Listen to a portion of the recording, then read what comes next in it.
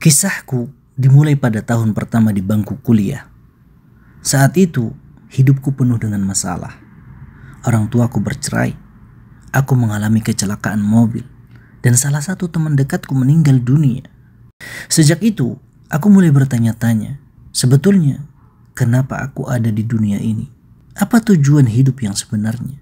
Kenapa aku harus bersusah payah menjalani semua ini? Aku terus memikirkan pertanyaan-pertanyaan tersebut dan mulai meragukan akan makna hidup. Sebagai seseorang yang dibesarkan dalam keluarga Kristen, aku mencoba mencari jawaban.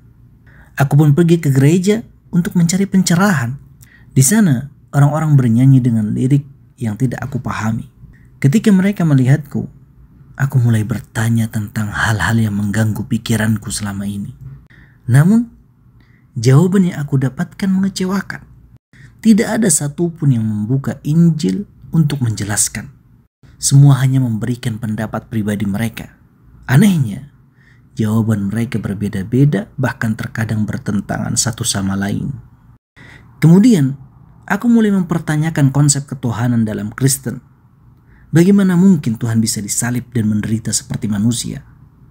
Saat itu, aku mulai merasa ajaran Kristen penuh dengan banyak interpretasi dan kontradiksi. Saat kuliah, aku bekerja di sebuah pom bensin dan memiliki rekan kerja seorang Hindu dari India. Aku pun bertanya kepadanya, apa cerita di balik dewa kepala gajah dalam Hindu? Kenapa bukan kepala singa saja misalkan? Jawabannya tidak meyakinkan, dan Hindu pun tidak menarik bagiku. Aku melanjutkan pencarian dan mulai meneliti agama Yahudi.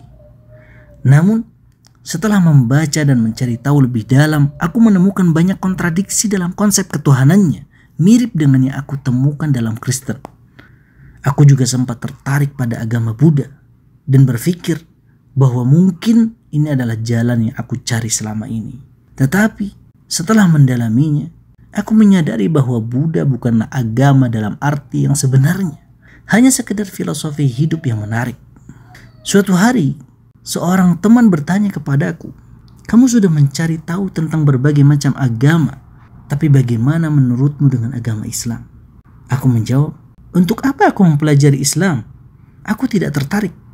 Namun, beberapa waktu kemudian, tanpa sadar, aku masuk ke sebuah masjid tanpa melepas sepatu. Aku pun berjalan melintasi karpet sajadah dan hampir menginjak kepala seseorang yang sedang sujud. Aku merasa canggung.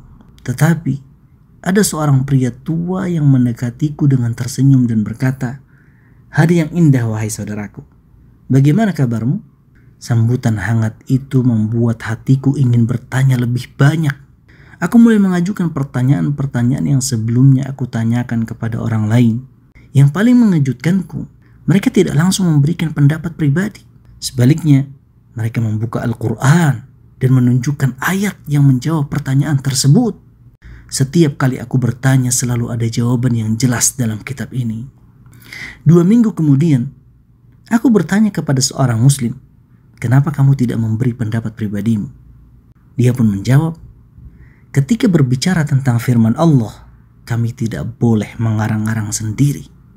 Jawaban itu begitu kuat dan mengesankan bagiku. Aku membawa pulang sebuah mushaf dan mulai membacanya. Ini bukan sekadar buku biasa. Aku merasa kitab ini berbicara langsung kepadaku, memberikan perintah, mengarahkan petunjuk, dan jawaban atas pertanyaan yang selama ini menghantui pikiranku. Suatu malam, aku mencoba merenungkan berbagai fakta dalam Al-Quran, seperti bagaimana gunung berfungsi sebagai pasak bumi, dan bagaimana proses perkembangan janin dalam rahim. Aku pun berdoa dalam hati, ya Allah, jika Engkau ada, tunjukkanlah aku jalan yang benar.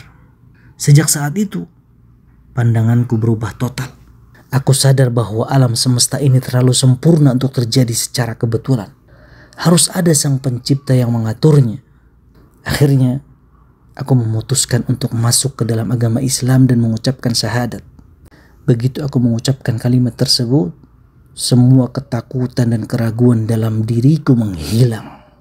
Sikapku terhadap ayahku juga perlahan berubah. Aku memperlakukannya dengan lebih baik, dan hal itu membuatnya penasaran tentang Islam. Lalu, dia memintaku memberinya sebuah Al-Quran. Aku yakin, insya Allah, dia juga akan segera memeluk agama Islam